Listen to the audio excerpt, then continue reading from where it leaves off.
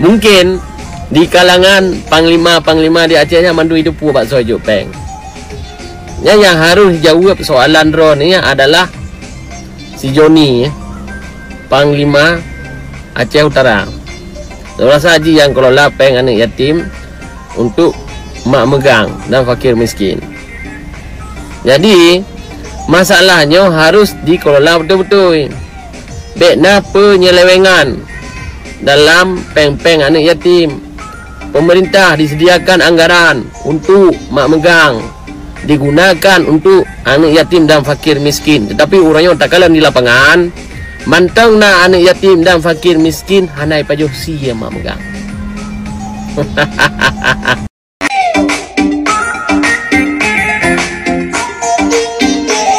Assalamualaikum warahmatullahi wabarakatuh. Saudara Lun di Ayi Makan, semoga saudara sehat-sehat dan baik-baik saja.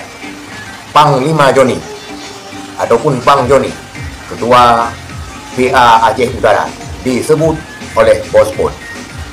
Bos Pun dengan senyum-senyum yang nyinyir menyebut bahwa uang megang anak yatim 4 miliar ini dikelola oleh Pang Joni ataupun juga Ketua PA Pasir Aceh Utara. Kalau memang benar Pang Joni mengelola uang anak yatim 4 miliar, ya tinggal kita tunggu klarifikasinya saja. Tidak usah dengan mencibir dan dengan nada-nada nyinyir. Lagipun megang baru kemarin. Kalau Pang Joni benar-benar mengelola uang megang tersebut, kemungkinan 1-2 hari ke depan akan mengkonfirmasi penggunaannya. Jadi kalau dengan cara-cara yang nyinyir, ini akan membuat gaduh masyarakat Aceh. Dan ini telah tersebar di media dan membuat komentar warganet berdebaran dengan nada-nada ataupun sentimen-sentimen yang negatif. Saudara sekalian, bukannya dalam hal ini membela Pang Joni, tetapi kita lebih melihat kepada stabilitas politik sesama masyarakat Aceh. Lebih lanjut, kita lihat dulu video Bos Pun ini. Bakso ijuk Peng pet M nyan Bos Pun Cina putrang siat nyat tayu jelas. Mungkin di kalangan panglima-panglima di Acehnya mandu hidup bakso ijuk Peng. Yang harus jawab soalan Ron ini adalah si Joni, Panglima Aceh Utara. Rasa haji yang kelola Peng anak yatim untuk mak megang dan fakir miskin. Jadi masalahnya harus dikelola betul-betul.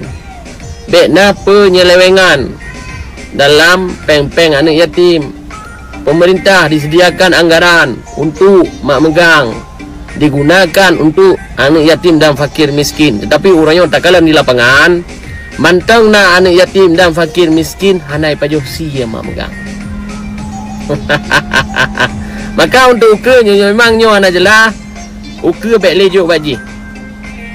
Pemerintah untuk uke harus cok sikap data ubena anak yatim, ubena fakir miskin, pegat buku bank masing-masing, setiap sumbangan pertamang dalam bank droi.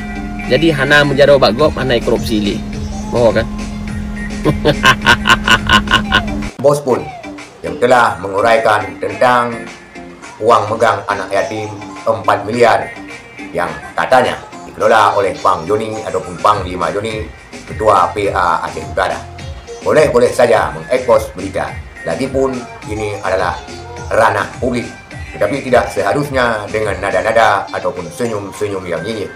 Belum tentu yang dituduhkan itu benar, karena kemungkinan uang 4 miliar itu memang sudah dibagikan. Dan kita tunggu klarifikasi dari Pang Joni. Semoga tidak terjadi kegaduhan dalam hal ini yang akan menambah runyam situasi. Sekian, terima kasih. Assalamualaikum warahmatullahi wabarakatuh.